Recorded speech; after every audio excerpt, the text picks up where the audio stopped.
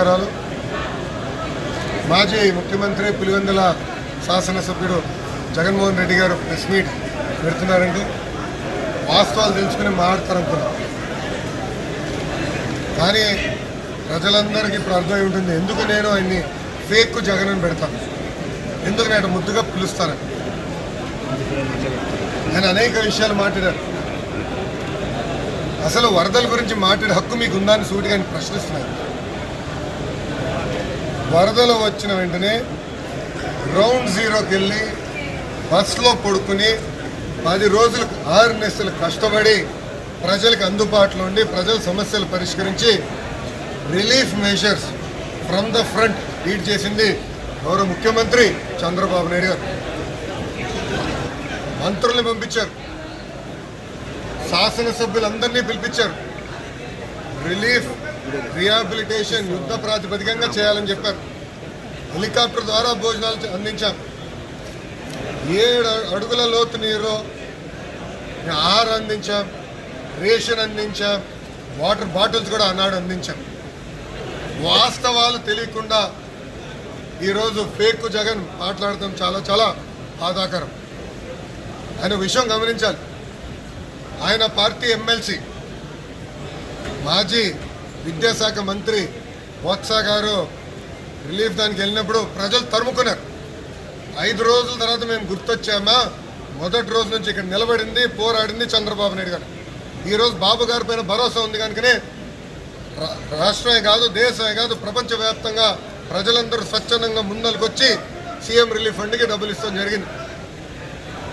Relief కానీ రిహాబిలిటేషన్లో కానీ దాదాపు 1000 కోట్ల రూపాయలు ఎన్డీఏ ప్రభుత్వం ఖర్చు పెడతాం జరిగింది. రెండో విషయం, సొంత లావాదేవీల కోసం ఏకంగా దొంగ కేసు బనాయించి ముంబై నుంచి ఒక యాక్ట్రెస్ని తీసుకొచ్చి విషయం ప్రజలందరూ ఇప్పటికీ చూస్తున్నారు. దాంట్లో చాలా స్పష్టంగా ఎంక్వైరీ జరిగే సమయంలో పోలీస్ అధికారుల్ని తాడిపల్లి కొంపకి పిలిచి అక్కడ ఆదేశాలు ఇచ్చారని ఇన్ రైటింగ్ నాకు వస్తాం జరిగింది. దానిపైన ఈ ఫేక్ జగన్ ఏమి సమాధానం చెప్తాడని సూటిగా ఈరోజు నేను ప్రశ్నిస్తున్నా. ఇంకో పక్కన చూసాం, వరదల్లో మనందరూ ఇబ్బంది పడుతున్నాం. దాదాపు 12 లక్షల క్యూసెక్స్ వరద వచ్చింది.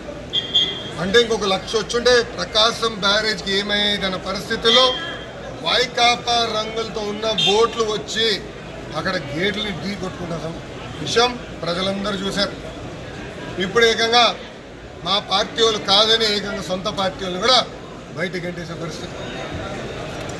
చంద్రబాబు నాయుడు గారు చాలా స్పష్టంగా విశాఖ ఉక్కు ఆంధ్రుల హక్కు, ప్రైవేటీకరణ మేము చేయము అని 100 సార్లు చెప్పినా ఈ ఫేక్ జగన్ ఫేక్ ప్రచారం చేస్తున్నారు. అంటే పొద్దున్న నుంచి రాత్రి నేను తెలిసింది ఓన్లీ ఫేక్ ప్రచారం. జగన్ గారికి నేను సూటిగా ప్రశ్నిస్తాను. మీరు 2019 నేను పెన్షన్ పెంచుతాను ఇట్లా అన్నారు. ప్రజలకు అర్థం వల్ల పాపం అధికారంలోకి వచ్చిన మొదటి నెలలోనే 1000 రూపాయలు పెంచుతారు అనుకున్నారు. కానీ ఇదేంటంటే కటింగ్ బిజినెస్. అప్పుడొక 250, అప్పుడొక 250, ఆయన 3 వచ్చినప్పుడు ఇంకో 250. అదే చంద్రబాబు నాయుడు గారు ముఖ్యమంత్రి అయిన వెంటనే 3,000 రూపాయల పెన్షన్ని 4,000 రూపాయలు చేశారు. వికలాంగులకు అందించే 3,000 రూపాయల పెన్షన్ని 6,000 చేశారు. శాశ్వతంగా బెడ్ పైన ఉన్న వాళ్ళకి ఏకంగా 5,000 రూపాయల నుంచి 15,000 రూపాయలు చేశారు. ఇది ఆయనకి కంపడట్లేదు. ఇంకా నీ గురించి ఈరోజు ఆయన మాట్లాడుతూ నిజంగానే చాలా చాలా బాధ. అంటే వాస్తవాలు మేము ప్రజల ముందర పెట్టకూడదా? మీలాగా పింక్ డైమండ్ రాజకీయాలు మేము చేయట్లేదే. చంద్రబాబు నాయుడు గారు ఏం చెప్పారు? తిరుపతి లడ్డు కరెక్ట్గా లేదు, క్వాలిటీ లేదు, నాణ్యత లేదు, మేము టెస్ట్కి పంపించాం, టెస్టులు అన్నీ వచ్చినాయని చెప్పారు. రిజల్ట్స్ అన్నీ కూడా మీడియా మిత్రులు పెట్టాం, అధికారులు కూడా పెట్టాం. దాంట్లో చాలా క్లారిటీగా ఉంది. అది ఆయన కంపడట్లేదా? మళ్ళీ 5 సంవత్సరాలు మీరు పీకిందేంటి? మీడియా మిత్రులు మీ అందరు తెలుసు, మీరు తిరుపతికి వెళ్ళి తిరుమలకి వెళ్ళి భక్తుల దగ్గర బైట్స్ తీసుకుంటున్నారు. నేను చూసా అనేక బైట్స్.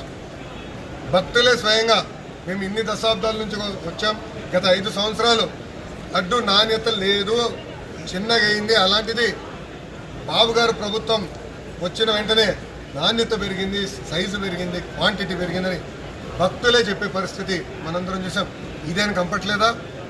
ఇంకా ఫేక్ ప్రచారం ఇంకా ఎన్ని సంవత్సరాలు చెప్తారు స్వామి? ఎందుకు ఇట్లా చేస్తారు మీరు? తప్పు జరిగితే తప్పు జరిగింది, మమ్మల్ని క్షమించండి అని ప్రజలను అడగాలి. అది పోగా తిప్పి మళ్ళీ మా పైన నిందలేస్తారు. ఆల్ ఎవిడెన్స్ మేము ఈరోజు ప్రజల ముందర పెట్టాం. ఇక్కడున్న బీట్ రిపోర్టర్లు మీ అందరు తెలుసమ్మా. గతంలో మీరందరూ నాతో పాదయాత్రలో ఉన్నవారు, నడిచారు. మీరు చెప్పారు నాకు నాణ్యత లేదు, అన్నదానంలో నాణ్యత లేదు, అన్ని ఛార్జీలు విపరీతంగా పెంచారు, సామాన్య భక్తుల్ని దేవుడికి దూరం చేశారని మీరందరూ కూడా చెప్పింది. దయచేసి మీడియా మిత్రులు కూడా గుర్తు చేసిన విషయం. ఈరోజు ఒక మంచి ఈఓ గారిని నియమించి మొత్తం ప్రక్షాళన చేయండి, సిస్టమ్స్ అన్ని సెట్ చేయండి అని బాగా చెప్పారు. జగన్మోహన్ రెడ్డి గారికి హిస్టరీ తెలియదండి. ఆయన ఏం చదివారో ఎవరు తెలియదు. మీకు తెలుసా ఆయన ఏం చదివాడు, ఎక్కడ చదివాడో ఎవరు తెలియదు. కొంచెం హిస్టరీ తెలుసుకోవాలి. తెలుగుదేశం పార్టీ అధికారంలోకి వచ్చిన తర్వాతనే అన్న ఎన్టీఆర్ నాయకత్వంలో క్యూ కాంప్లెక్స్ కట్టారు, అన్నదానం కార్యక్రమం ప్రారంభించారు. బాబు గారు ముఖ్యమంత్రి ఉన్నప్పుడు ప్రాణదానం చేసి బ్రహ్మోత్సవాలకు వెళ్ళేటప్పుడు అల్లుపేరులో బాంబు బ్లాస్ట్ జరిగింది. అది జగన్మోహన్ రెడ్డి గారు కంపడు. నాకు దేవాంశ్, కుటుంబంలో దేవాంశ్ వచ్చిన తర్వాత మేము ఎందుకో నిర్ణయం తీసుకున్నాం.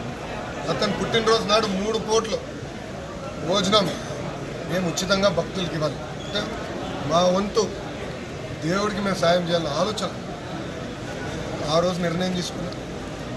గత 9 సంవత్సరాలుగా చేస్తున్నాం. ఇది రాజకీయాలని సూటిగా ఫేక్ జగన్ని నేను ఈరోజు ప్రశ్నిస్తున్నా. గతంలో మీరు అందరూ చూశారు, టీటీడీని రాజకీయ పునరాస కేంద్రంగా వాళ్ళు వాడుకున్నారు. టీటీడీ లడ్డూలు తీసుకొచ్చి బియ్యం బండిలో పెట్టి ఊరూరు ఎన్నికల కోసం ఎలా పంచారో మీరందరూ తెలుసు. గతంలో వాళ్ళ పార్టీ నాయకులకి ఇంట్లో పెళ్లి జరుగుతుంటే ఆ లడ్డూలు తీసుకెళ్ళి పెళ్లిలో పెట్టారు, భక్తులకి లడ్డూలు లేని పరిస్థితి తీసుకొచ్చారు. కానీ మీ అందరూ కూడా తెలిసింది. ఈరోజు ఏకంగా టీటీడీలో తిరుమలలో రూల్స్కి భిన్నంగా అక్కడ అనేక మంది కాటేజీలు కూడా నియమిస్తే అదనపు ఫ్లోర్లు వేస్తే కూడా రెగ్యులరైజ్ వాళ్ళే చేసుకున్నారు. అంటే వాళ్ళు అనుకూలంగా ఉన్న వాళ్ళని రెగ్యులరైజ్గా చేసుకున్నారు. ఇది చాలా బాధాకరమైన పరిస్థితి. వాస్తవాలన్నీ మేము ప్రజల ముందర పెడతాం, మాకు ఎలాంటి భయం లేదు. జగన్మోహన్ రెడ్డి గారి లాగా మేము పరదాలు కట్టుకుని తిరగట్లేదు స్వామి, మేము పరదాలు కట్టుకుని తిరగట్లా.